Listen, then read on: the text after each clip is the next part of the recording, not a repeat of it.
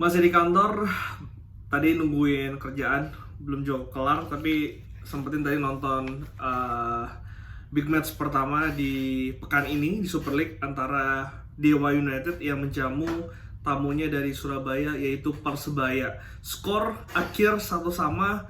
Sebetulnya ini pertandingan sangat menarik tapi ternodai dengan kartu merahnya Tumbas di babak pertama sehingga tadi memang ketimpangan terjadi sepanjang pertandingan. Dewa yang biasanya mendominasi dengan melawan 10 pemain ini lebih mendominasi lagi, tapi luar biasa salut untuk perjuangan dari Persebaya Surabaya yang bisa mencuri atau memanfaatkan kesalahan dari Dewa United di menit akhir.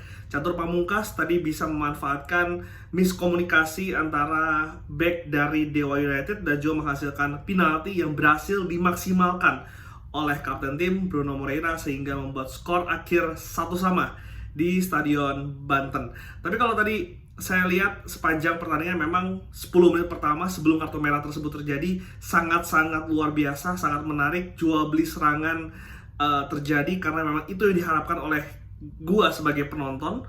Dan tadi sebetulnya peluang pertama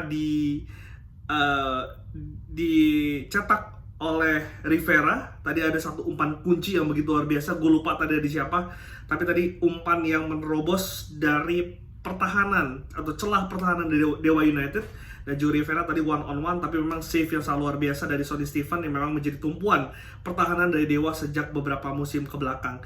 Dan selain dari Persebaya tadi juga ada peluang dari Dewa United. Setidaknya tadi ada satu peluang dari corner yang berhasil juga di save oleh kiper timnas Indonesia Hernando Ari. Sebelum juga tadi ada satu gol dari Stefano Lillipali yang sebetulnya sangat indah, memanfaatkan bola rebound ataupun bola yang tidak terkontrol, tidak langsung ditembak ke gawang dari Hernando, begitu melengkung, tendangan pisang istilahnya, dan juga tadi sebetulnya berhasil membuat Dewa sementara unggul 1-0.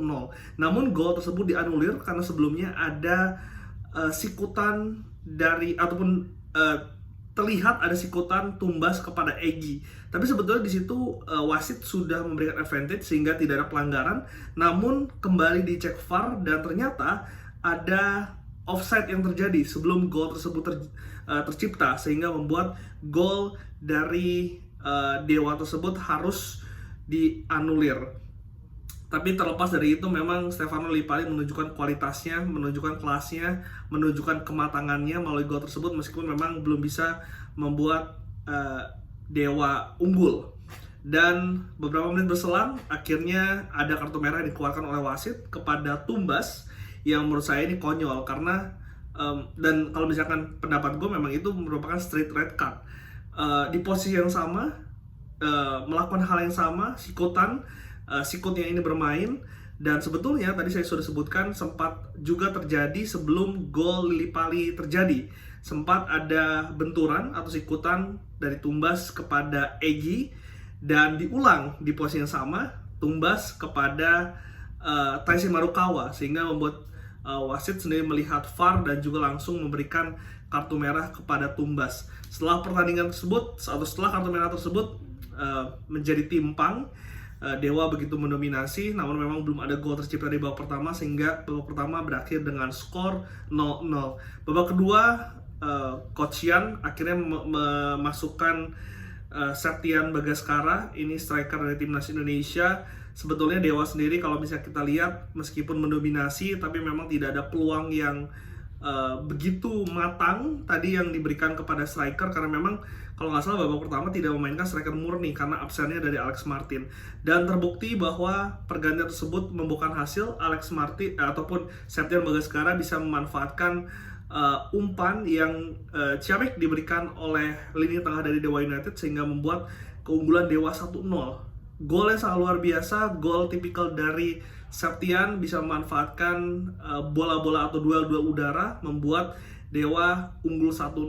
Setelah itu memang Dewa sendiri begitu mendominasi dan bahkan tadi sebetulnya ada gol dari Mesidoro yang juga dianulir dikarenakan sebelumnya ada offside dari salah satu pemain Dewa United. Tapi saya mau menggarisbawahi bagaimana perjuangan dan juga respon dari Persebaya Surabaya.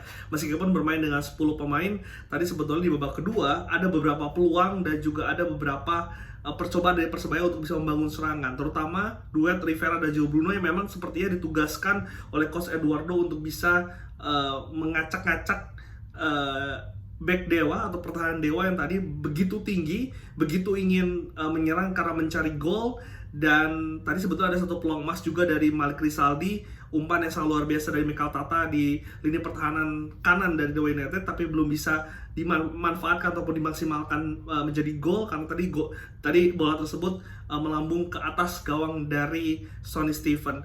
Dan akhirnya di menit 90 plus extra time tadi 7 menit kurang lebih, di menit 96 Catur Pamungkas bisa memanfaatkan miskomunikasi antara dua back dari Dewa United yang akhirnya membuat penalti diberikan kepada Persebaya Surabaya. Saya sempat menyoroti pertahanan dari Dewa United di konten gue sebelumnya. Kalau kalian nonton, memang ini merupakan struktur pertahanan yang sangat baru untuk Dewa United.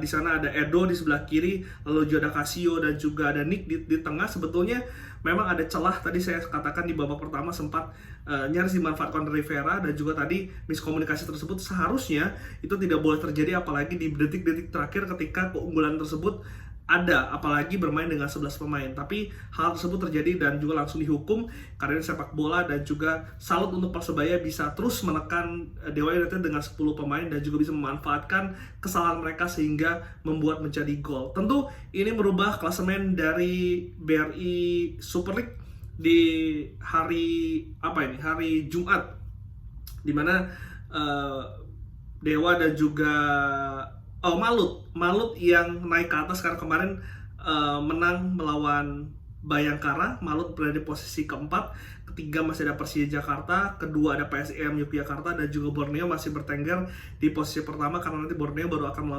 melawan Persija Jakarta di hari Minggu. Sementara besok malam akan ada Persib Bandung melawan Persita Tangerang. Ini juga menarik karena nanti akan merubah bagaimana poin-poin di papan atas. Karena kita tahu tadi saya katakan Borneo di posisi pertama dengan 15 poin, di posisi kedua, ketiga, keempat itu sama poinnya 11, dan juga posisi dari Dewa, Persebaya dan juga Persib juga memiliki poin yang sama. Sehingga ini sangat menarik kalau kita nantikan bagaimana besok pertandingan Persib lawan Persita dan juga Borneo melawan Persija Jakarta. Dan gue akan nonton dan juga mereview dan buat konten lagi.